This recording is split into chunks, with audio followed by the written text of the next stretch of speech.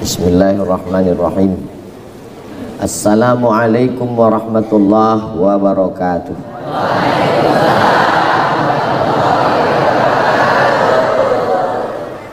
Alhamdulillahi wa kafa, wassalatu wassalamu ala al-habibil mujtaba wa ala alihi wa ashabihi ahli tuqa wal wafa.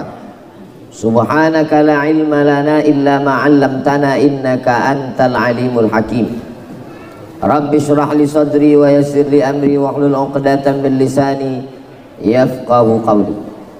Yang sama-sama kita hormati Bapak Wali Kota Tangerang Selatan beserta jajaran, bapak-bapak, ibu-ibu, hadirin hadirat, para alim, para ulama, tokoh masyarakat, jamaah fardu subuh, insyaallah semuanya dimuliakan Allah Subhanahu wa ta'ala. Amin ya rabbal alamin. Sahabat bertanya kepada Nabi Muhammad SAW, apa bangunan yang pertama yang ada di atas muka bumi ini? Maka Nabi Muhammad SAW menjawab, bangunan yang pertama adalah masjid. A'udzubillahi minasyaitonirrajim. Inna awwala baitin, bangunan yang pertama, wudi'a linnas, yang dibangunkan untuk manusia di atas muka bumi, lalladzi bi Bakkata, yang ada di kota Bakkah, nama lainnya Makkah, nama lainnya Ummul Qura, itulah dia Ka'bah, dikelilingi Al-Masjidul Haram, yang disebutkan dalam ayat lain, Subhanalladzi asra bi'abdihi lailan minal masjidil haram. Lalu kemudian sahabat bertanya lagi, setelah itu bangunan yang kedua bangunan apa ya Rasulullah? Maka Rasul menjawab, bangunan yang kedua adalah juga masjid. Itulah dia kelanjutan ayatnya, minal masjidil harami ilal masjidil aqsa. Lalu sahabat bertanya, kam bainahuma, berapa jarak antara keduanya? Maka Nabi menjawab, arba'una sanah, 40 tahun. Bangunan yang pertama masjid, bangunan yang kedua juga adalah masjid. Dan ketika Nabi menempati suatu daerah, yang pertama dia bangun sampai pada hari Senin, yang pertama dibangun di Quba, itu juga adalah masjid. Itulah dia Masjid Quba. Panjang umur, sehat badan, insya Allah kita sampai ke Masjidil Haram, sampai ke Masjidil Aqsa, sampai ke Masjid Quba insya Allah. Ongkos tanggung masing-masing. Jadi perjalanannya itu dari masjid ke masjid. Alhamdulillah subuh ini kita berada di tempat yang paling dimuliakan Allah, juga adalah masjid, namanya Masjid Al-Muhajirin. Muhajirin artinya orang-orang yang pindah, nggak tahu pindah dari mana. Pokoknya mereka pindah dari tempat yang tidak baik kepada tempat yang lebih baik, insya Allah. Tanah dari Jawa, insya Allah. Tanah yang ada di rumah kita itu tanah juga namanya. Yang ada di lapangan sepak bola tanah juga. Ini yang ada di bawah ini tanah juga. Tapi apa bedanya? Tanah ini lebih mulia. Buktinya kalau kita sholat di rumah kita terhitung 1 rakaat. Tapi kalau sholat di tanah ini 27 rakaat. Jadi kalau ngitungnya jangan cuma satu sholat 27. Siapa yang istiqomah sholat di Masjid Al-Muhajirin selama 1 tahun, maka umurnya bertambah 27 tahun. Ngitungnya begitu. Istiqomah 1 tahun, istiqomah dari 17 Agustus 2023 sampai 17 Agustus 2024. Alhamdulillah Pak Ustadz, saya istiqomah bulan Agustus aja. Ini juga cara dakwah, mau memberitahu masyarakat dari Sabang sampai Papua, begini jamaah Masjid Al-Muhajirin menyambut, memuliakan, mensyukuri nikmat kemerdekaan 17 Agustus. Orang lain bingung bagaimana mau merayakan 17 Agustus, pasang layar tancap, hujan. Adakan lagu dangdut, padahal ini kan mensyukuri para pejuang yang mati syahid. Masa orang mati syahid cara mengenang jasanya dengan lagu dangdut? Ustadznya terlalu serius. Masa kita nggak boleh bahagia? Orang beriman itu bahagianya dengan amal soleh. Mudah-mudahan tahun depan bangsa Indonesia memperingati Dirgahayu HUT RI yang ke-79 jauh lebih baik daripada tahun-tahun sebelumnya, insyaallah. Banyak yang menyesal, kami nggak tahu cara mensyukurinya begini. Ternyata cara mensyukurinya dengan sholat subuh berjamaah. Setelah itu kemudian tausiah, hadir tokoh masyarakat, pemimpin alim ulama. Kami sudah terlanjur nyewa keyboard tunggal, Pak Ustadz. Kalau dibatalkan ini mubazir. Nggak bisa Pak Ustadz. Innal mubazirina kanu ikhwanas sayatin. Yang mubazir saudara setan.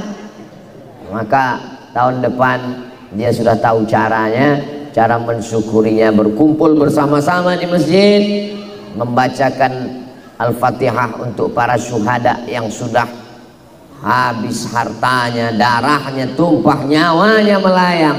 Untuk mereka semua kita bacakan Al-Fatihah. A'udzubillahi minasyaitonirrajim. Bismillahirrahmanirrahim. Alhamdulillahirabbil alamin arrahmanir rahim maliki yaumiddin. Iyyaka na'budu wa iyyaka nasta'in ihdinas siratal mustaqim siratal ladzina an'amta 'alaihim ghairil maghdubi 'alaihim waladdallin. Amin. Mudah-mudahan kita mendapatkan keberkahan mereka insyaallah. Masjidnya ini dibangun dengan dana 6, sekian miliar. Jadi masjidnya 6,7 miliar. Hitung-hitung ya 7 miliar lah. Mudah cara mengingatnya. Tawaf 7 putaran, sa'i bolak-balik 7, hari ada 7, biayanya juga 7 miliar. Jadi nanti kalau ada yang bertanya, itu Masjid Al-Muhajirin berapa itu? Waduh, nggak ingat kemarin berapa. 7 miliar. Masjidnya luar biasa. Beberapa menit sekali warna lampunya ganti. Kaca. Maka jamaah banyak terkadang perlu dibuatkan layar di luar karena mereka merasa sedang berada di kamar tertutup, tapi di Masjid Al-Muhajirin bisa ngelihat kita, dan kami melihat dari dalam keluar ini seperti ceramah dalam akuarium ini. Luar biasa. Kaligrafinya juga cantik, Asmaul Husna. Di pintu-pintu tertulis Allah Muhammad. Ketika Nabi Muhammad SAW belum ada lagi wujudnya dalam bentuk darah, daging, kulit, kuku, tulang. Ketika itu Nabi Adam alaihissalam sudah ada. Karena Nabi urutannya adalah Adam, Idris, Nuh, sampai Sayyidina wa Maulana Muhammad sallallahu alaihi wasallam. Nabi Adam kata Allah Ta'ala, la taqraba hadhihi syajarah, jangan dekati pohon ini, pohon khuldi, fatakuna minaz zalimin, nanti kamu akan jadi orang zalim.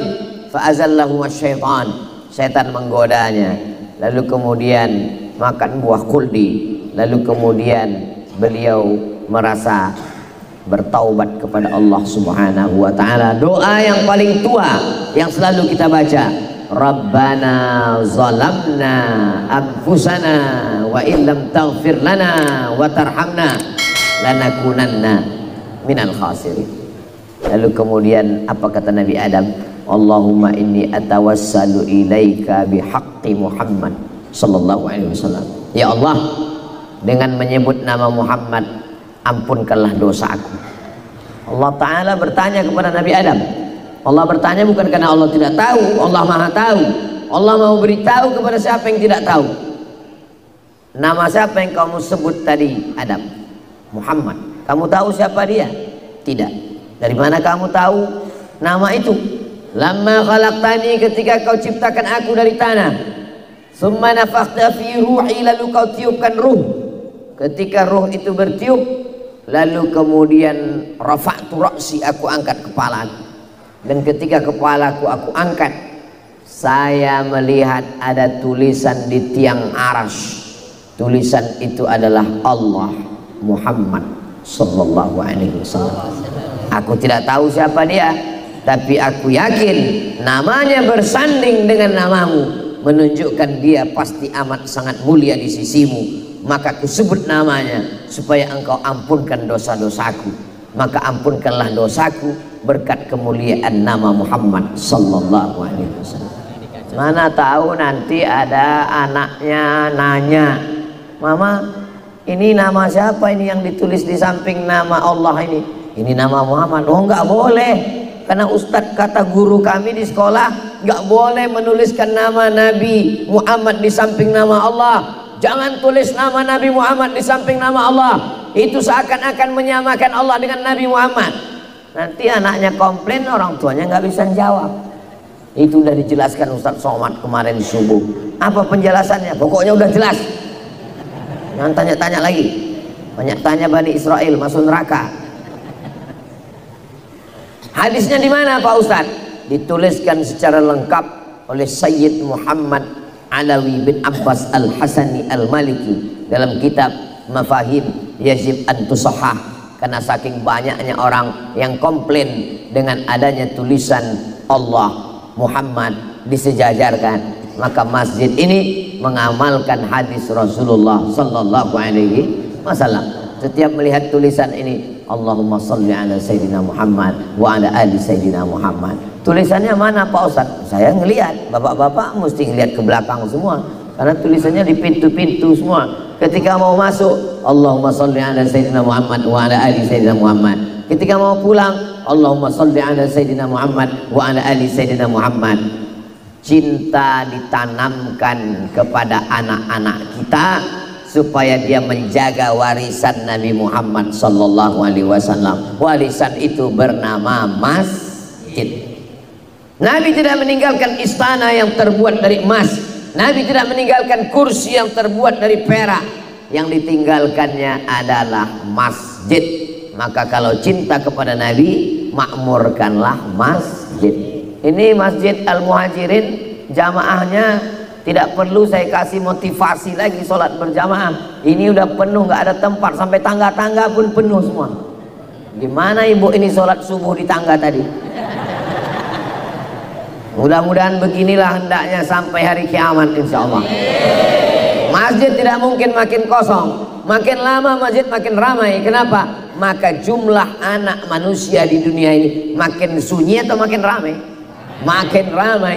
Inni mukasirum bikumul umam. Nanti aku adalah nabi yang paling bangga ketika berkumpul di padang mahsyar. Semua umat kumpul. Nabi Musa kumpul, Nabi Ibrahim kumpul, tapi Nabi yang paling banyak umatnya adalah Nabi Muhammad sallallahu alaihi wasallam. Maka banyak, silakan punya banyak anak keturunan. Kata Nabi, tazawwajul walud al-wadud, nikahilah perempuan yang subur, yang penyayang dan banyak anaknya. Nah, maka yang muda-muda silakan tambah lagi sebanyak-banyaknya. Setuju bapak-bapak? Tanya dulu istrinya. Anak Indonesia masih kurang untuk memenuhi tanah Indonesia yang kosong. Ini saya kalau pulang naik pesawat melihat ke bawah, masih banyak hijau, masih belum banyak lagi umat manusia.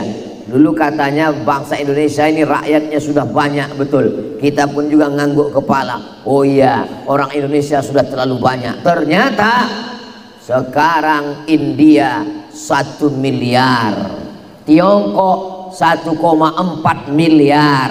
Kita belum ada apa-apanya. Maka kalau mau umat ini kuat, umat ini hebat, jumlahnya mesti banyak.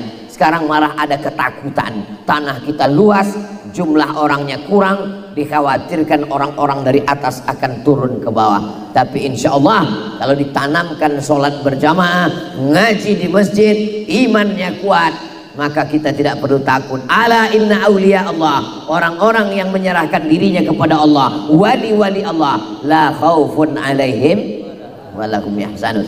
Dia tidak takut takutnya hanya kepada Allah Subhanahu wa taala. La ilaha illallah Muhammadur Rasulullah sallallahu alaihi wasallam. Masjid-masjid yang lain kadang masih terbengkalai, berdoa melihat ke atas meleleh air mata. Kenapa? Plafon belum dipasang.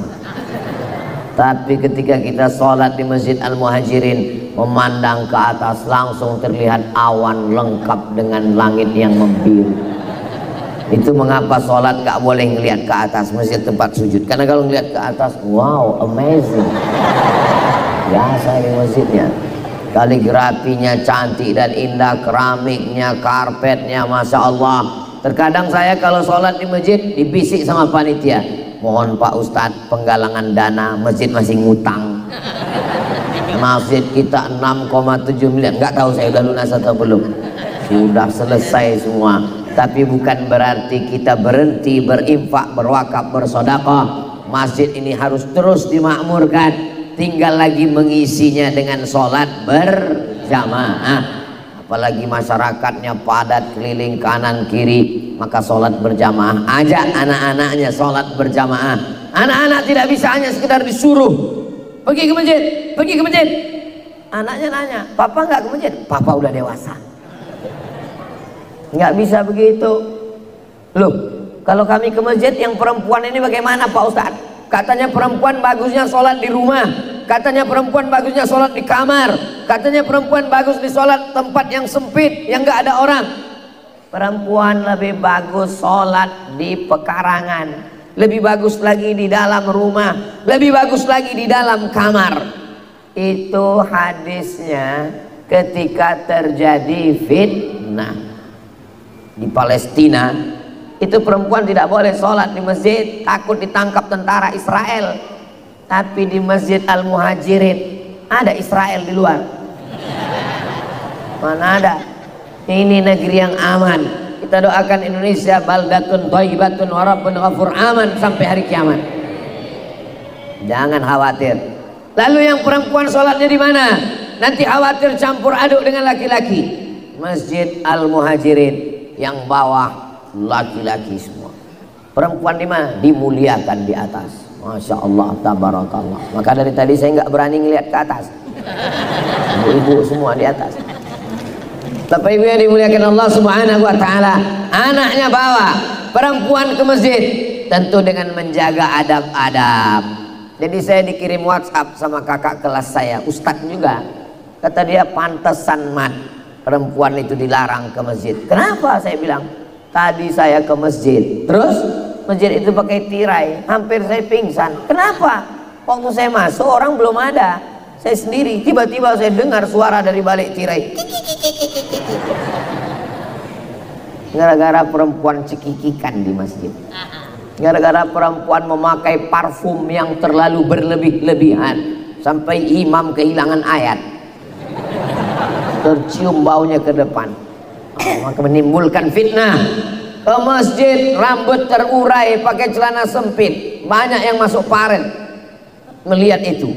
Maka ke masjid tetap menjaga adab-adab, menutup aurat. Suami membawa istri, aslinya suami yang mendidik istrinya. Bagaimana cara sholat, bagaimana hukum halal, haram, makruh, mubah, sunat, sunat muakkad. Tapi karena suaminya tidak mengerti agama, alhamdulillah dibawa ke masjid, ngaji. Ini ngaji sekarang orang udah nggak ke masjid lagi. Ngajinya kemana? Online. Sholatnya mana? Online juga. Nanti masuk surga, surganya baru tahu. Nggak boleh kami ngaji di YouTube Pak Ustadz. Selama ini kami kenal Ustadz Somad melalui YouTube. Ngaji di YouTube boleh, tapi jangan sampai tinggalkan ngaji yang ketemu dengan para alim ulama. Nggak bisa tergantikan oleh layar monitor handphone. Datang ke masjid, dengarkan pengajian, khusus pengajian subuh. Kenapa? Karena pengajian subuh, aqimis salata liduluki syamsi ila ghasaqil laili wa qur'anal fajr inna qur'anal fajri kana mashhuda. Subuh dipersaksikan oleh para malaikat. Malaikat yang jaga tadi malam, malaikat yang jaga siang ini, ketemunya pada sholat subuh. Makanya kalau bersesuaian amin kita dengan amin malaikat, ghufira lahu ma taqaddama min dzambi, diampunkan dosa-dosanya yang lalu. Ghairil maghdubi alaihim waladdallin.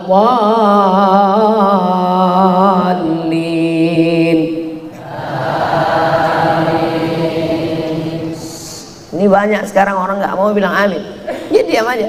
Waladdallin, amin. Bapak kau nggak bilang amin, udah terwakili jamaah yang lain Pak Ustaz. Nggak bisa begitu. Kita ucapkan amin karena kita ingin supaya sejajar, setentang, serentak sama amin kita dengan para malaikat. Itu terjadi pada sholat subuh. Sholat subuh luar biasa. Raka'atul fajri khairum minad dunya wa ma fiha. 2 rakaat sholat qabliyah subuh khairum minad dunya wa ma fiha, lebih baik daripada dunia beserta isinya. Jadi siapa orang yang paling kaya sekarang? Bill Gates. Ada yang lebih kaya daripada Bill Gates. Siapa? Orang yang sholat subuh berjamaah. Siapa yang paling miskin di dunia? Yang paling miskin bukan fakir miskin yang mencari barang-barang bekas di pinggir jalan. Yang paling miskin adalah yang sampai sekarang sudah jam 6 dia masih juga tidur. Manama, siapa yang tidur walam yusalli, sampai tidak sholat subuh, balas syaitanu fi udhuni, setan kencing di telinganya. Allah masih sayang. Kalau Allah tidak sayang, tertulis di situ toilet setan. Toilet manusia aja bau setan, apalagi toilet setan. Maka dibangunkan anak ini, bangun sholat. Ini hari apa? Hari Ahad, hari libur, tanggal merah. Bapaknya sudah membangunkan anaknya, bangun, sholat subuh, ayo ke masjid Al-Muhajirin. Datang ibunya, Pak, ini kan hari libur, ini tanggal merah, ya kita kasihlah anak kita libur. Ibu sama bapak mesti satu visi misi yang sama, nggak bisa berbeda dalam mendidik anak, terutama membiasakan sholat ke masjid. Alhamdulillah subuh ini banyak anak-anak ke masjid. Oh, nggak ada, orang tua semua. Ada di belakang. Ada anak-anak sengaja nggak dikasih dekat dengan ustadz. Itu ada anak kecil aja. Anak-anak, Pak Ustadz saya mau bawa anak, tapi katanya anak-anak nggak boleh ke masjid Pak Ustadz. Anak-anak dibawa ke masjid. Yang nggak boleh dibawa ke masjid itu anak yang belum memayyiz. Anak itu levelnya yang pertama sobi. Sobi anak kecil belum memayyiz. Di atas sobi mumayyiz. Mumayyiz yang sudah bisa membedakan baik buruk, makanan, kotoran. Kalau dia dilarang dia bisa diam. Bagaimana cara membedakannya Pak Ustadz? Kalau anak itu dikasih kode diam, dia diam. Itu udah bisa dibawa. Tapi kalau anak kecil kita ginikan, dia ginikan kita juga. Nah itu nggak bisa. Tidak bisa. Nah, jadi kalau kita sholat, sebelum kita takbiratul ihram, kita pandang ke belakang, kita kasih tahu sama dia, dia pun diam. Itu bisa. Karena kalau anak yang belum bisa ini, begitu kita lepas, dia lari. Beda sama di Masjidil Haram. Masjidil Haram saya lihat beberapa orang di sana, anak diikat pakai tali. Pakai tali. Anaknya mau lari, lari. Anak kecil jangan diletakkan di sop dewasa. Karena kalau anak kecil di sop dewasa, ini memutus sop. Kata Ustadz penceramah. Yang satu mengatakan, saya lihat kemarin di Makkah, di Madinah, anak kecil tetap bisa. Maka ini anak saya, apa urusan kamu? Akhirnya kelahi. Sejak kelahi nggak ke masjid lagi. Ini mesti kita selesaikan dalam waktu yang sesingkat-singkatnya. Anak kecil ini pada hakikatnya boleh dibawa bersama sop orang dewasa. Lalu kenapa ulama mengatakan anak kecil bisa memutus sop? 2 sebab. Yang pertama, wudhunya kadang tidak sempurna. Makanya anak kita ajarkan wudhu. Saya tidak bertanya dengan bapak, kita sedang bertanya dengan diri kita sendiri. Kapan kita terakhir mengajar wudhu anak kita? Nah, airnya mesti basah semua, tangannya sampai siku, kepalanya diusap bukan disiram, ujung jari masuk ke lubang telinga, ibu jari pada daun telinga, kakinya mesti masuk kelingking ke celah-celah kaki supaya airnya masuk ke dalam. tumitnya digosok, jangan sampai anak kita ngidupkan air keran dia tendang-tendang aja itu air. Kapan terakhir kita mengajar? Atau tidak pernah sama sekali? Nggak usah dijawab, karena kawan nanti tahu aku perasaan nggak pernah, aku juga. Kalau wudhunya udah sempurna, apakah dia udah boleh di samping kita? Belum. Kenapa? Ternyata di ujung senapan AK-16 masih belum dipotong. Anak Ustadz Somad Sami Ahmad Mesbahi Ibadillah dipotong umur 8 hari. 8 hari dia lahir. Habis itu datang Ustadz yang selalu, Ustadz Somad kan selalu dibawa sunatron. Hitanlah anak Anda melalui sunatron. Pagi hitan, sore bisa akad nikah. Langsung pakai celana. Nah, jadi mereka, Ustadz kan selalu ngajak orang hitan sunatron. Iya, ini anak Ustadz kami hitan. Oh, saya nyari jadwal. Iya, ini hari ini, nanti hari ini. Ustadz ada di rumah? Enggak, saya lagi pergi. Loh, masa kami hitan anak Ustadz pas nggak di rumah? Soalnya kalau saya ada, saya nggak berani ngeliat anak saya hitan. Jadi pas saya pergi dia hitan. Nah, begitu pulang udah selesai urusan. Apa maknanya? Anak bagus di hitan. Ternyata dokter pakar medis mengatakan bagus di hitan kecil, karena ternyata di balik kulit itu ada kotoran, ada najis. Itulah kenapa dia dilarang di sop orang dewasa. Kata Syekh Atiyah Sokar dalam kitab Fatawa Al-Azhar, salah satu sebabnya karena dia membawa najis. Itu maka hati-hati kalau menggendong anak yang belum khitan atau anak sholat. Nabi sholat bawa cucunya, kenapa kita enggak? Cucu Nabi enggak pakai pampers. Cucu kamu pakai pampers, dia kencing, di dalam pampersnya ada najis, kamu bawa sholat Bismillahirrahmanirrahim, najis. Kecuali dia tidak pakai pampers, kalau dia kencing terasa basah. Itu pun kalau sholat sunat di rumah. Tapi kalau sholat di masjid, maka untuk keluar dari khilaf ini, kan kita nggak tahu anak siapa yang wudhunya benar enggak. Kita juga nggak tahu. Nggak mungkin kita angkat satu security di pintu untuk meriksa. Oh, ini udah disunan di sini. Ini belum, ini belum. Nggak bisa. Nah, itulah kenapa anak-anak dibuat satu sop di belakang. Tapi anak-anak ini kalau dibuat satu sop di belakang ribut Ustadz. Nanti mereka, jangankan anak-anak, yang udah besar, yang udah dewasa pun kalau udah ketemu balik jadi anak-anak. Mudah aja. Saya pernah sholat di Masjid Agung, ulang acara tausiah, saya lihat di belakang bulan suci Ramadan, anak-anak di belakang diam, nggak ada yang ribut.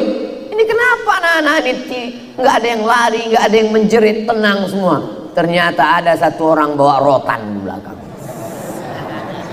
Oh, saya tanya, kamu mau pukul anak? Enggak Pak Ustadz, nakut-nakuti aja Pak Ustadz.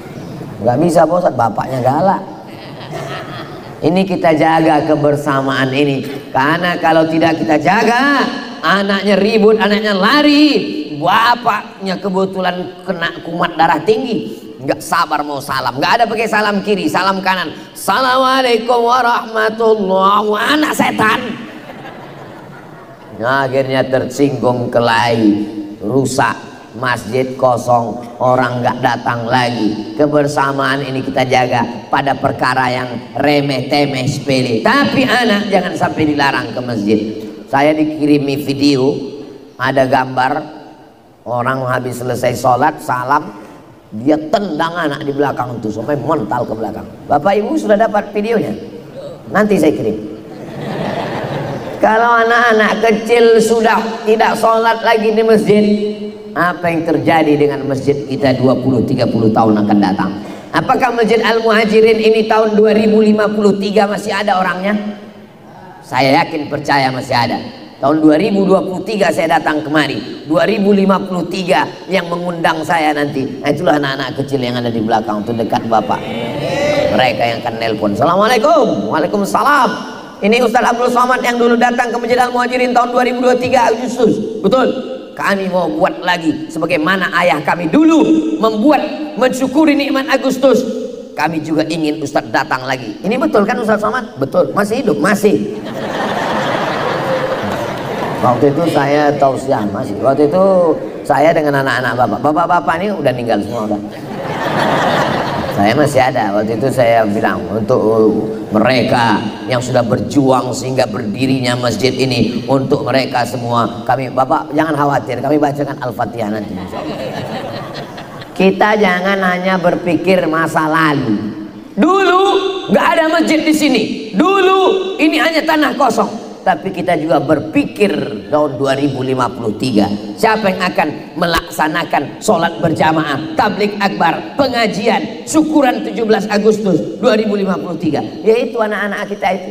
Kalau tidak kita didik dia di masjid, dia jadi polisi, dia jadi tentara, dia jadi pengacara, dia jadi lawyer, dia jadi hakim, tapi dia tetap hatinya tergantung di masjid. Ini berproses. Allah bisa karena biasa. Masjid kampung saya, imam depan itu pintu ke belakang pasti seperti masjid ini. Pintu ke belakang ada pintu dua, tapi bukanya tidak begini. Masjid di kampung saya pintunya kalau dibuka pintu kiri dengan pintu kanan, ada ruang kosong di tengah, ada tiang di tengah, daun pintu kanan, daun pintu kiri. Kalau ditutup ada kosong. Disitulah saya selalu kalau sholat Jumat melihat imam. Pulang saya ke kampung, duduk lagi saya di situ mengenang masa kecil. Ada beduk besar. Sore jam-jam 6 waktu Sumatera belum azan maghrib, maghribnya 6.30. Jam 6 saya sudah datang situ di beduk itu, booking tempat duluan. Kawan-kawan saya yang datang nggak dapat, saya udah duluan di situ. Mengenang masa kecil. Kita sedang membuat sejarah masa kecil untuk anak-anak kita. Maka bawa dia ke maghrib. Saya ketemu promotor band 6 bulan keliling Indonesia dari Sumatera sampai Papua, nggak pernah sholat Pak Ustadz. Saya kalau sudah bawa band keliling ini nggak pernah sholat Pak Ustadz. Jadi ceritanya Bapak tobat gimana? Awalnya saya tobat itu pas sore-sore sudah masang pentas mau show konser band nanti malam Pak Ustadz. Tiba-tiba pas sore saya lihat merah di ufuk barat. Tak lama azan maghrib berkumandang. Allahu Akbar, Allahu Akbar. Ketika itu saya terbayang ayah saya menarik tangan saya ke masjid Pak Ustadz. Terbayang wajahnya, meleleh air mata saya Pak Ustadz. Itulah yang menyebabkan saya taubat Pak Ustadz. Jadi anak-anak kita ini ada juga mungkin yang sempat nyasar, tapi nggak terlalu jauh. Dia masih sempat ingat masjid. Jangan sampai anak kita setelah dewasa yang dia ingat, papa dulu selalu bawa karaoke. Ayah saya membawa saya ke masjid. Dulu kalian waktu 17 Agustus gimana? Waktu 17 Agustus ayah saya membawa saya beserta ibu saya ke masjid. Kami mensyukurinya dengan tablik akbar pengajian. Waktu itu Bapak Wali Kota, Majelis Ulama Indonesia, Dewan Masjid Indonesia, alim ulama, tokoh masyarakat semuanya hadir. Apa yang kita lakukan sekarang itu yang akan mereka lakukan di masa akan datang. Mudah-mudahan anak-anak kita selamat dari narkoba, selamat dari LGBT, selamat dari pergaulan bebas, tumbuh menjadi anak-anak yang soleh dan solehah insyaallah. Hari ini anak-anak kehilangan tokoh. Tidak ada yang bisa dijadikannya panutan. Kalau bapak ibu tidak percaya, nanti pulang ke rumah, lihat kamarnya, lihat layar monitornya, gambar siapa yang paling banyak di kamarnya. Apa yang terjadi? Begitu jamaah pulang ke rumah, dilihatnya kamar anaknya, ternyata bukan gambar ayah. Gambar siapa yang ada di situ? Naruto, Spiderman, Wonder Woman, Catwoman. Ternyata ayah tidak lagi menjadi tokoh, ibu tidak lagi menjadi tokoh. Ibu adalah perempuan pertama yang disayang anak laki-laki. Ayah adalah laki-laki pertama anak perempuan yang jatuh cinta. Dia mengutarakan tentang keluh kesah hidupnya. Hari ini anak-anak curhatnya kepada pacarnya. Bapaknya tidak pernah ketemu, ibunya tidak pernah berjumpa.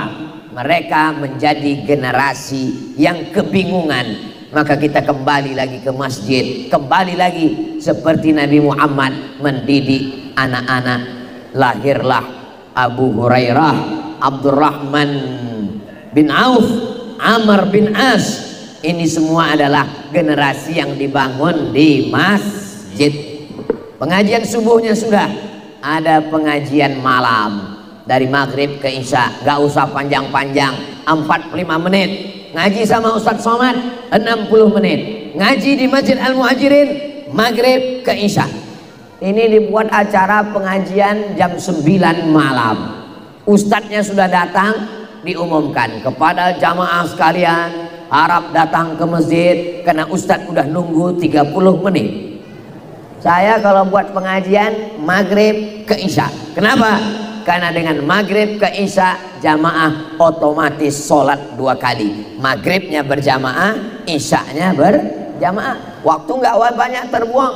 Ini maghrib isya orang nggak ke masjid, dibuat acara di luar masjid. Akhirnya sholawatnya bagus, hadrohnya nggak salah.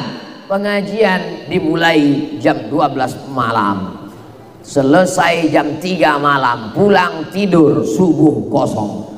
Tetap pemain inti, imam sama muazin. Itu pun itu yang imam, itu yang muazin. Pemain naturalisasi terbang hilang melayang. Bukti berhasilnya Masjid Al-Muhajirin bukan sekedar bangunannya yang megah mewah cantik, bukan sekedar ramai waktu subuh peresmian tanda tangan Bapak Wali Kota, tapi ramai sholat berjamaah. Mudah-mudahan besok subuh seperti ini juga ramainya insyaallah. Ya tentu nggak bisa. Ini kan nggak semuanya satu. Ada yang jamaah masjid, musola, surau, langgar lain datang kemari. Jadi kalau besok kebetulan setengah dari ini, ya alhamdulillah. Kalau sampai nggak ada sama sekali satu sop nggak penuh, kadang beberapa masjid nih lebih banyak tiangnya daripada orang. Insya Allah Masjid Al-Muhajirin penuh melimpah ruah sampai hari kiamat insya Allah. Sab'atun yudhilluhumullah, ada 7 golongan manusia yang mendapatkan naungan singgasana aras Allah. Yauma la zilla illa zilluh, hari itu tidak ada tempat bernaung kecuali Allah Subhanahu wa taala. Di antaranya rajulun qalbuhu mu'allaqun fil masajid, orang yang hatinya tergantung di masjid. Badannya boleh kerja di mall, badannya boleh di kantor, badannya boleh di pasar, tapi kalau sudah azan berkumandang, hayya 'alas shalah, segera dia datang ke masjid. Bahkan sebelum azan dia sudah duduk di masjid, intizarus shalah. Banyak sekarang orang duduk di masjid khusyuk, masya Allah, seperti bertasbih dari belakang, seperti berzikir. Lihat depan main game online. Cepat datang ke masjid. Belum azan udah duduk di masjid. Kenapa? Ada wifi gratis. Dia sudah mau datang ke masjid, itu sudah alhamdulillah. Man shollas subha fi jama'atin, sholat subuh berjamaah. Tsumma qa'ada yadhkurullah, duduk berzikir mengingat Allah. Termasuk majelis pengajian ini majelis zikir. Tsumma yusalli rak'ataini, sholat sunat 2 rakaat. Nanti kita sama sholat sunat 2 rakaat walaupun tidak berjamaah masing-masing. Bagi yang pakai usolli sunnatal isyraq raka'ataini lillahi ta'ala. Bagi yang tidak pakai usolli, niat saja dalam hati, Allahu Akbar. Ayatnya Pak Ustadz, ya ayat yang lama juga, kulhu. Terserah, mau wadduha bagus, abdal, mau alam nasrah, asal jangan yasin aja.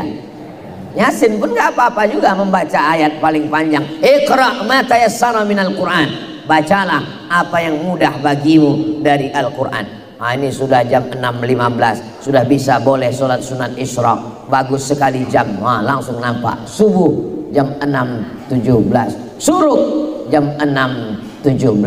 Nah, jam 6.17 sudah suruk katanya, sudah terbit matahari. Lewatkan 12 menit. Maka ketika matahari terbit, itu dipakai untuk menyembah setan, Lata, Uzza, Manat, Hubal, Jibti, Taghut. Nah, itu disembah ketika matahari terbit. Itu mengapa kita tidak boleh sholat saat matahari terbit, supaya jangan tasyabuh, jangan sampai menyerupai perbuatan orang kafir musyrik yang ada di Makkah waktu itu. Lewatkan. kira-kira matahari sudah lewat sepenggalah. Menurut hitungan setinggi tombak, qaidah rab'in namanya. Setinggi tombak itu lebih kurang 12 menit. Barulah kemudian melaksanakan sholat. Berkah hidup kita. Allahumma barik li ummati fi bukuriha, kata Nabi. Berikanlah berkah pada umatku. Siapa yang paling awal bangun paginya. Ini tadi ada yang bangunnya jam 4, ada yang bangunnya jam 3. Siapa yang paling awal? Itulah. Saya nggak tidur sama sekali Pak Ustaz. Loh, kok nggak tidur? Saya memang jaga malam. Nah bagus. Yang jaga malam jangan sampai tidur jam 4. Kalau tidur jam 4 pasti kebablasan. Maka tunggu dulu azan subuh. Habis azan subuh, sholat subuh. Nah, banyak juga yang nunggu azan subuh. Habis itu tidur juga nggak sholat subuh. Sholat subuh dulu berjamaah. Man sholat subuh fi jama'atin. Siapa yang sholat subuh berjamaah, faka'annama shallal laila kullah, dapat pahala seperti sholat sepanjang malam. Doakan Ustaz Somad bisa istiqomah dan kita semua istiqomah insyaallah. Assalamualaikum WRWB warahmatullahi wabarakatuh. Semoga Allah SWT subhanahu wa ta'ala. Mohon izin Ustaz, di masjid kami setelah sholat ada program baca Quran dengan artinya dan pembacaan hadis serta imam berdoa. Sementara saya belum selesai zikir. Dia zikir 1000 kali. La ilaha illallah, la ilaha illallah, la ilaha illallah, la ilaha illallah. Lalu Ustadz membacakan ayat. Ya ayyuha, hai orang-orang allazina yang amanu, beriman. Jamaah masih ada yang berzikir. Ustadz sudah mulai ngaji, baca ayat dengan terjemah. Apakah saya berhenti zikir untuk mendengarkan bacaan Quran dan hadis tersebut, atau saya terus saja zikir? Zikir itu dua, menyebut di mulut, mengingat di hati. Kalau menyebut di mulut berhenti, hati kan enggak. Jadi ikut zikir bisa kapan, pagi, petang, siang, malam, di jalan, di WC aja bisa berzikir, tapi mulut nggak nyebut, dalam hati. Maka ngaji ini boleh jadi terlewatkan. Maka hatimu tetap berzikir, dengarkan pengajian Ustadz membacakan ayat. Hatimu tetap berzikir Allah, Allah, Allah, Allah, Allah, Allah, Allah, Allah, Allah, di dalam hati, di dalam qalbu. Mulut mungkin berhenti. Nanti habis pengajian silakan astagfirullahaladzim. Jangan marah. Ini karena Ustadz ngajar, karena mengejar waktu pagi takut ada yang ketinggalan, dia marah. Mendengar ada ngajar, la ilaha illallah. Akhirnya kelahi di masjid. Jamaah di masjid, masyarakat 100, yang ke masjid 10, yang 5 ini kelahi. Masalah zikir, masalah sayyidina, masalah khutbah, masalah. Maka berkunut subuh, berlapang dada menerima perbedaan. Jadi kalau ikut pengajian, ya ikut ngaji, hati tetap berzikir. Nanti selesai pengajian, zikir wirid-wiridnya tetap bisa dilanjutkan. Jadi tidak ada halangan sama sekali. Majelis ilmu juga majelis zikir, karena majelis ilmu kita majelis mengingat Allah subhanahu wa ta'ala. Ayat Quran, hadis Nabi, tidak ada lagha, tidak ada sia-sia di dalamnya. Bagaimana bisa lama berdirinya jika surat yang hafal hanya Al-Kafirun dan Al-Ikhlas? Sholat itu lama berdirinya, rukuknya, sujudnya dikit. Berdirinya sebentar, rukuk sujudnya banyak. Jadi kalau ayatnya pendek, rukuk sujudnya banyak. Sayyidina Ali punya anak namanya Imam Ali, Imam Husain. Imam Husain punya anak namanya Sayyidina Ali Zainal Abidin, bergelar dengan As-Sajjad. Sajjad artinya orang banyak sujud. Dalam kitab Syiar A'lam An-Nubala disebutkan pernah satu hari dia bersujud alfa sajadah, 1000 kali sujud. Jadi kalau 1000 kali sujud, ayatnya pendek, tegaknya sebentar, sujudnya banyak. Jadi sholat ini pilih antara dua. Kalau kebetulan ayatnya panjang, maka lama tegaknya, sujudnya dikit. Kalau kebetulan nggak panjang hafal ayat, tegaknya nggak terlalu lama dan sujudnya banyak. Saya Pak Ustadz ayat cuman kul wallah, tapi sujudnya banyak. Ada sahabat Nabi, siapa namanya? Qatadah bin Nu'man. Qatadah bin Nu'man sholat dari isya sampai subuh, ayatnya nggak ganti-ganti. Qul huwallah. Ini mazhab, ingin ikut mazhab. Dilaporkan ke Nabi, ya Rasulullah, ya ini Qatadah bin Nu'man, dia sholat dari isya sampai subuh, ayatnya nggak ganti-ganti, qul huwallah terus. Apa kata Nabi? Innaha la ta'dilu sulusal Quran. Satu qul huwallah sama dengan sepertiga Al-Quran. Maka tadi malam dia sudah hatam Quran berkali-kali. Inilah dalil yang saya tunggu selama ini, Pak Ustaz. Amalkan terus. Kalau sholat sunat boleh melihat mushaf. Jadi kebetulan ada mushaf Quran yang diletakkan, ada namanya mushaf tahajud. Beli sama tiangnya sekalian, tegakkan. Nah, sholat, baca satu halaman, nah, baca. Atau pakai handphone ada Quran digital, Nah, lihat sholat sunat. Mana dalilnya? Sayyidatuna Aisyah pernah sholat, imamnya itu melihat. Nah, lihat. Waktu itu kan belum ada handphone, Pak Ustaz, belum. Masih pakai suhuf. Suhuf adalah lembaran. Kalau pakai handphone, handphonenya dinonaktifkan dulu. Jangan sampai pas sholat, iya sebentar. Kadang kita spontan, batal. Kalau sampai ngomong ketika sholat, batal. Itu teknis. Kalau mau sholat tetap bisa ayatnya panjang lama dengan Quran mushaf tahajud namanya. Nah, nanti beli ke toko buku, cari mushaf tahajud. Ada mushaf tajwid, idgham, ilfa, gunnah, qalqalah, bila gunnah, pakai warna merah, kuning, kelabu, hijau, ungu. Nah, bagus. Jangan sampai Quran kita, Quran akad nikah tahun 80 masih ada sampai sekarang dan masih baru lagi. Di ruang tamu dimasukkan plastik, dibalut kain sutra, masuk kotak kayu jati, dipaku sampai mati, nggak pernah dibuka. Bukan begitu tujuan dulu. Mengapa maharnya seperangkat alat sholat dan kitab suci Al-Quran? Supaya kita sholat berjamaah dan membaca Al-Quran. Di masjid sering kita jumpai habis kajian Ahad ada hidangan makanan dan minuman. Iya, kabarnya juga di sini juga ada. Kabarnya habis ini ada acara sarapan bersama di rumah masing-masing. Yang disediakan oleh pengurus masjid, dan uang untuk membeli makan tersebut dari uang trombol Jumat. Nggak bisa, karena orang bersedekah bukan khusus untuk makan jamaah, dan yang memakan itu tidak semuanya fakir miskin. Kalau mau buat begitu, buatkan satu kotak khusus, kotak untuk makan bersama Ahad pagi. Jadi orang ketika menyumbang, dia masukkan duit itu, niatnya untuk sedekah makan. Buatkan rekening khusus, jangan nyampur. Rekening khusus untuk masjid makan-makan, namanya M3, masjid makan-makan. Ada Ustadz Lukman dari Pontianak mensponsori itu. Habis sholat Jumat makan, buka bersama makan, sahur bersama makan, namanya masjid makan-makan.